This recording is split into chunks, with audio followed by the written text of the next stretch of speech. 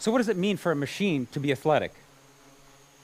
We will demonstrate the concept of machine athleticism and our research to achieve it with the help of these flying machines called quadcopters, or quads for short. Quads have been around for a long time. The reason that they're so popular these days is because they're mechanically simple.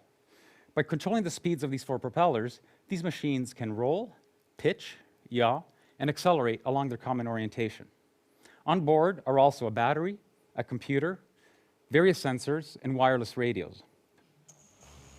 Quads are extremely agile, but this agility comes at a cost. They are inherently unstable, and they need some form of automatic feedback control in order to be able to fly.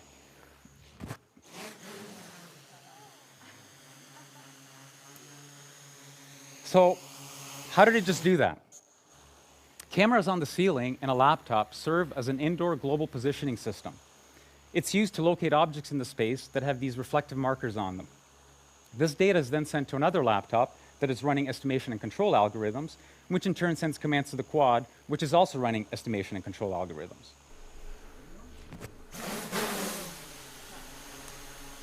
The bulk of our research is algorithms. It's the magic that brings these machines to life. So how does one design the algorithms that create a machine athlete? We use something broadly called model-based design. We first capture the physics with a mathematical model of how the machines behave. We then use a branch of mathematics called control theory to analyze these models and also to synthesize algorithms for controlling them. For example, that's how we can make the quad hover. We first capture the dynamics with a set of differential equations. We then manipulate these equations with the help of control theory to create algorithms that stabilize the quad. Let me demonstrate the strength of this approach.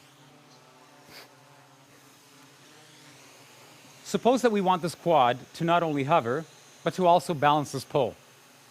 With a little bit of practice, it's pretty straightforward for a human being to do this, although we do have the advantage of having 2 feet on the ground and the use of our very versatile hands. It becomes a little bit more difficult when I only have 1 foot on the ground and when I don't use my hands. Notice how this pole has a reflective marker on top, which means that it can be located in the space.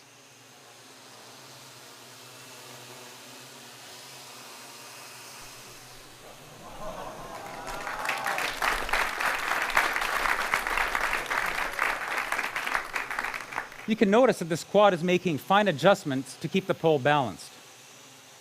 How do we design the algorithms to do this? We added the mathematical model of the pole to that of the quad. Once we have a model of the combined quad-pole system, we can use control theory to create algorithms for controlling it. Here you see that it's stable, and even if I give it little nudges, it goes back to the nice balanced position. We can also augment the model to include where we want the quad to be in space. Using this pointer, made out of reflective markers, I can point to where I want the quad to be in space, a fixed distance away from me.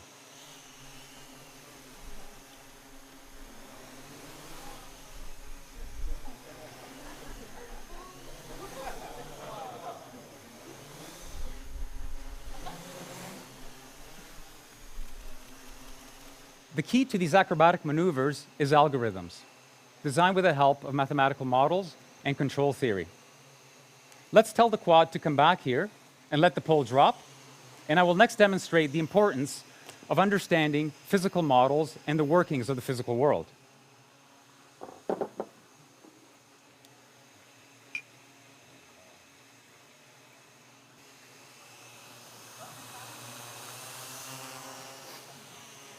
Notice how the quad lost altitude when I put this glass of water on it. Unlike the balancing pole, I did not include the mathematical model of the glass in the system. In fact, the system doesn't even know that the glass of water is there. Like before, I can use the pointer to tell the quad where I want to be in space.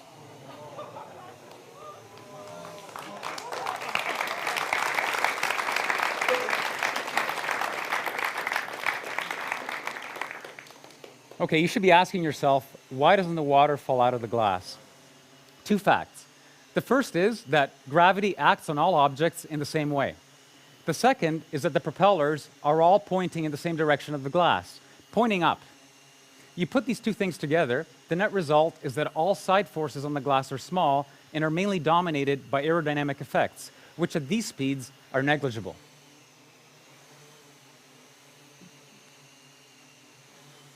And that's why you don't need to model the glass. It naturally doesn't spill, no matter what the quad does.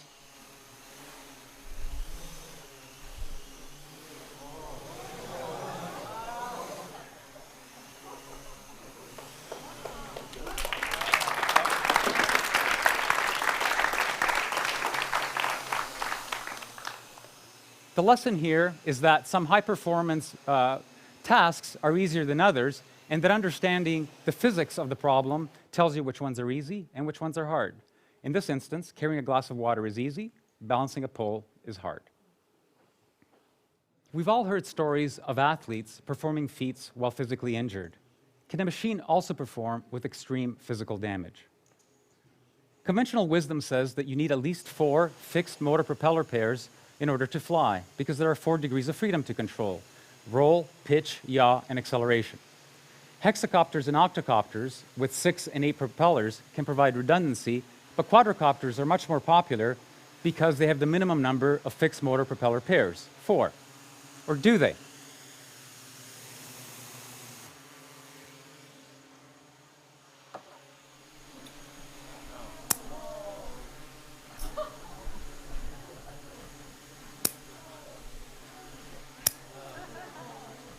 If we analyze the mathematical model of this machine with only 2 working propellers, we discover that there's an unconventional way to fly it.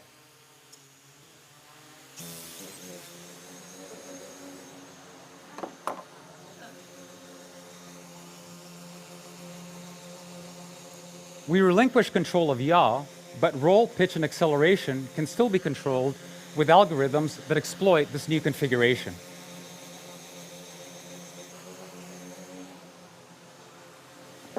Mathematical models tell us exactly when and why this is possible. In this instance, this knowledge allows us to design novel machine architectures or to design clever algorithms that gracefully handle damage, just like human athletes do, instead of building machines with redundancy. We can't help but hold our breath when we watch a diver somersaulting into the water, or when a vaulter is twisting in the air, the ground fast approaching. Will the diver be able to pull off a rip-entry? Will the vaulter stick the landing? Suppose we want this quad here to perform a triple flip and finish off at the exact same spot that it started.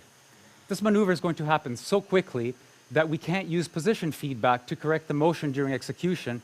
There simply isn't enough time. Instead, what the quad can do is perform the maneuver blindly, observe how it finishes the maneuver, and then use that information to modify its behavior so that the next flip is better. Similar to the diver and the vaulter, it is only through repeated practice that the maneuver can be learned and executed to the highest standard.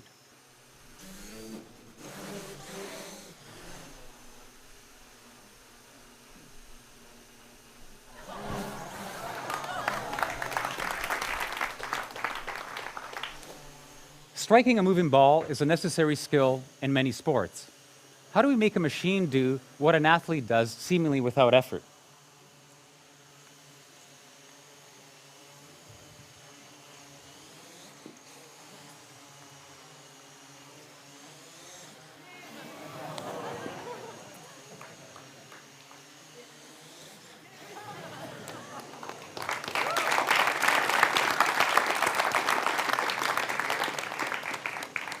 This quad has a racket strapped onto its head with a sweet spot roughly the size of an apple, so not too large. The following calculations are made every 20 milliseconds or 50 times per second. We first figure out where the ball is going. We then next calculate how the quad should hit the ball so that it flies to where it was thrown from. Third, a trajectory is planned that carries the quad from its current state to the impact point with the ball. Fourth, we only execute 20 milliseconds worth of that strategy. 20 milliseconds later, the whole process is repeated until the quad strikes the ball.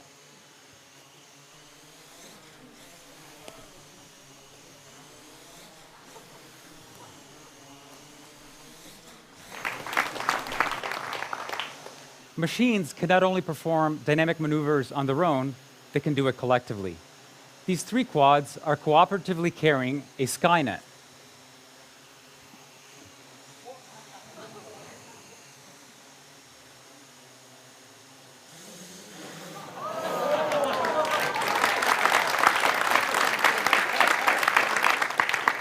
They perform an extremely dynamic and collective maneuver to launch the ball back to me. Notice that at full extension, these quads are vertical.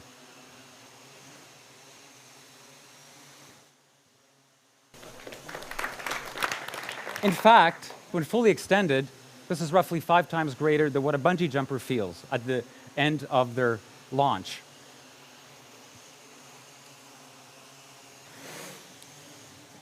The algorithms to do this are very similar to what the single quad used to hit the ball back to me. Mathematical models are used to continuously replan a cooperative strategy 50 times per second. Everything we have seen so far has been about the machines and their capabilities.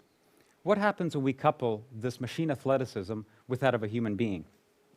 What I have in front of me is a commercial gesture sensor, mainly used in gaming. It can recognize what my various body parts are doing in real time. Similar to the pointer that I used earlier, we can use this as inputs to the system. We now have a natural way of interacting with the raw athleticism of these quads with my gestures.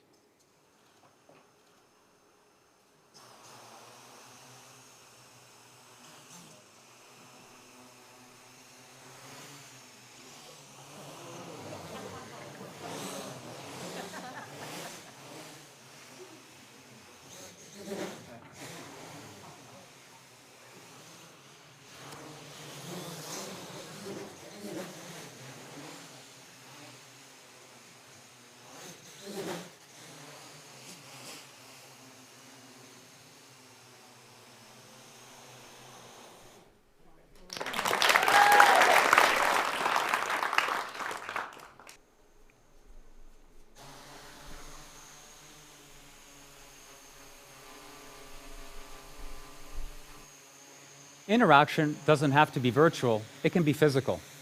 Take this quad, for example. It's trying to stay at a fixed point in space. If I try to move it out of the way, it fights me and moves back to where it wants to be.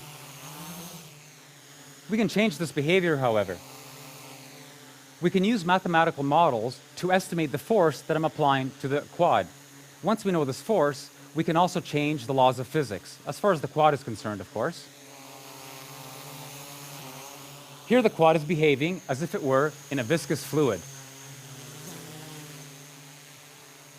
We now have an intimate way of interacting with a machine. I will use this new capability to position this camera-carrying quad to the appropriate location for filming the remainder of this demonstration.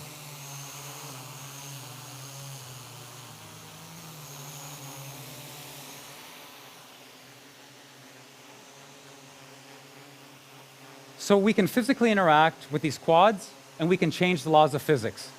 Let's have a little bit of fun with this. For what you will see next, these quads will initially behave as if they were on Pluto. As time goes on, gravity will be increased until we're all back on planet Earth. But I assure you we won't get there. Okay, here goes.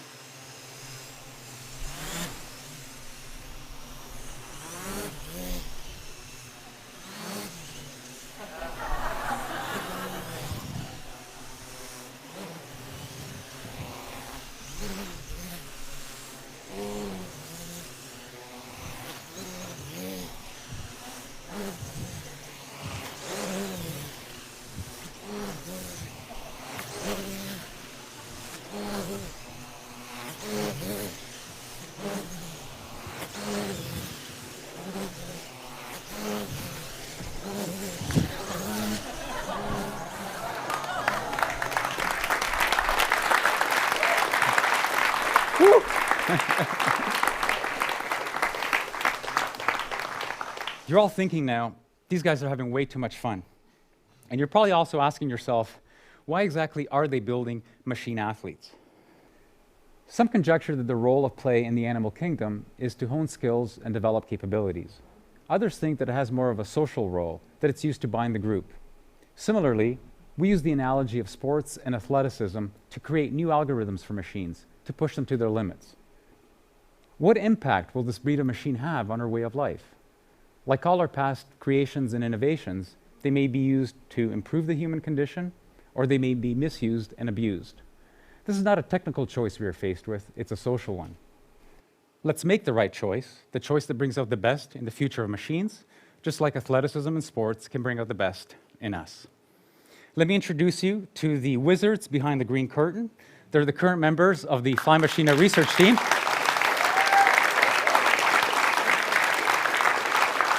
Federico Gugliaro, Dario Brescianini, Marcus Henn, Sergei Lupashin, Mark Muller, and Robin Ritz. Look out for them. They're destined for great things. Thank you.